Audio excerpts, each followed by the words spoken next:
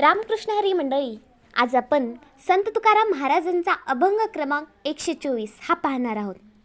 संत तुकाराम महाराजांच्या या अभंगामध्ये मानवी मनाची अवस्था अत्यंत प्रभावी उदाहरणाद्वारे स्पष्ट केली आहे.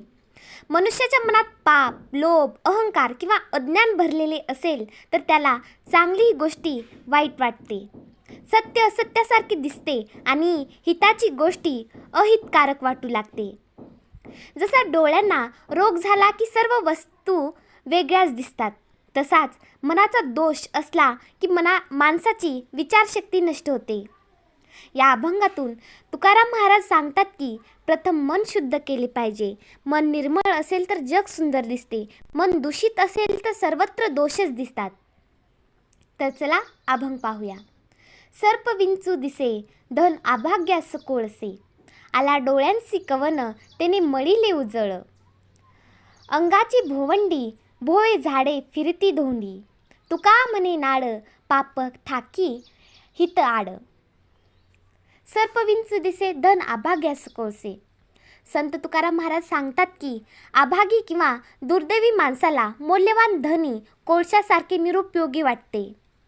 जसे चांगली, उपयुक्त आणि मौल्यवान गोष्ट असते तिथेही त्याला धोका, भीती किंवा नुकसानच दिसते. जसा साप किंवा विंचू दिसला की माणूस घाबरतो, तसेच चुकीच्या दृष्टिकोनामुळे माणूस चांगल्या गोष्टींपासूनही दूर राहतो. येथे धन म्हणजे फक्त पैसा नव्हे तर ज्ञान, सद्गुण, भक्ती, चांगली म्हणजे आणि चांगले विचार याचाही अर्थ होतो. ज्याच्या मनात अज्ञान भरलेले आहे त्याला या मौल्यवान गोष्टीची किंमत कळतच नाही. तो त्याला कोळशासारखे तुच्छ समजतो, त्यामुळे त्याचे स्वतःचेच नुकसान होते. आला डोळ्यासी कवळ, तेने मळीले उजळ. डोळ्यांना कवळ म्हणजे डोळ्यांचा रोग झाला तर स्वच्छ, उज्ज्वल आणि सुंदर वस्तू देखील मळकट किंवा धूसर दिसते. हे बरोबर आहे. हे उदाहरण अत्यंत सुंदर आहे.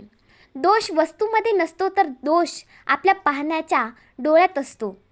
त्याचप्रमाणे मनात लोभ, क्रोध, अहंकार किंवा द्वेष असेल तर चांगले लोकही वाईट वाटू लागतात.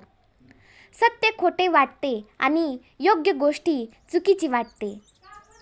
आजच्या जीवनातही आपण पाहतो की पूर्वग्रह किंवा रागामुळे अनेकदा आपण एखाद्या व्यक्तीचे चांगले गुण पाहू शकत नाही. त्यामुळे संत तुकाराम महाराज सांगतात की मन आणि दृष्टी शुद्ध असणे आवश्यक आहे. अंगाची भोवंडी, भोळे झाडे फिरती धोंडी. एखाद्या माणसाला भोवळ आली तर त्याला पृथ्वी, झाडे, दगड आणि सभोवतालच्या सर्व वस्तू फिरत असल्यासारख्या वाटतात. प्रत्यक्षात पृथ्वी किंवा झाडे फिरत नसतात. दोष त्या व्यक्तीच्या शरीरात असते.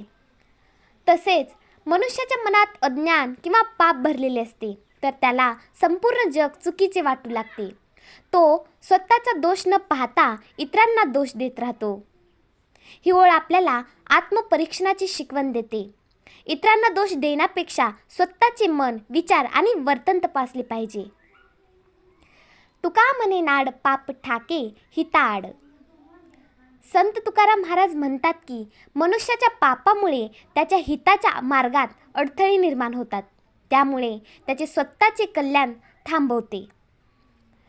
नाड म्हणजे अडथळा किंवा अडकणे. पाप, वाईट सवयी, चुकीचे विचार आणि अहंकार यामुळे माणूस योग्य मार्गावर चालू शकत नाही. त्याला संतांचा उपदेश, चांगले विचार किंवा देशभक्ती, देवभक्ती याचे महत्त्व समजत नाहीत. परिणामी त्याचे नुकसानच होते आणि तो दुःखात राहतो. म्हणून तुकाराम महाराज म्हणतात की मनातील दोष दूर केले तरच जीवनातील खरे सुख, समाधान आणि आध्यात्मिक प्रगती मिळते. या अभंगातून तुकाराम महाराज सांगतात की वस्तू किंवा जग दोषी नसते, दोष आपल्या मनात आणि दृष्टिकोनात असतो. जसे डोळ्यांच्या रोगामुळे स्वतः वस्तू देखील मळकट दिसते आणि भोवळ असल्यावर पृथ्वी फिरत असल्याचा भास होतो, तसेच मनातील लोभ, क्रोध, अहंकार आणि पाप यामुळे माणूस सत्य ओळखू शकत नाही. त्यामुळे चांगलेही वाईट वाटते. म्हणून मन शुद्ध ठेवणे, चांगले विचार स्वीकारणे, संतांचा उपदेश आचरणात आणणे आणि सदाचाराने जीवन जगणे आवश्यक आहे. मन निर्मळ झाले की जग सुंदर दिसते आणि जीवनात खरे सुख, शांती व समाधान प्राप्त होते. संत तुकाराम महाराजांचा हा अभंग आजच्या काळातही तितकाच महत्त्वाचा आहे. आपण अनेकदा आपल्या पूर्वग्रहामुळे, रागामुळे किंवा अहंकारामुळे इतरांना चुकीचे समजतो. पण या अभंगातून शिकवण मिळते की प्रथम स्वतःच्या मनातील दोष दूर केले पाहिजेत. मन निर्मळ, विचार सकारात्मक आणि आचरण चांगले असेल तर प्रत्येक व्यक्तीमध्ये, प्रत्येक प्रसंगात आणि संपूर्ण जगात आपल्याला चांगुलपणा दिसू लागतो. हीच या अभंगाची खरी शिकवण आहे. रामकृष्ण हरी.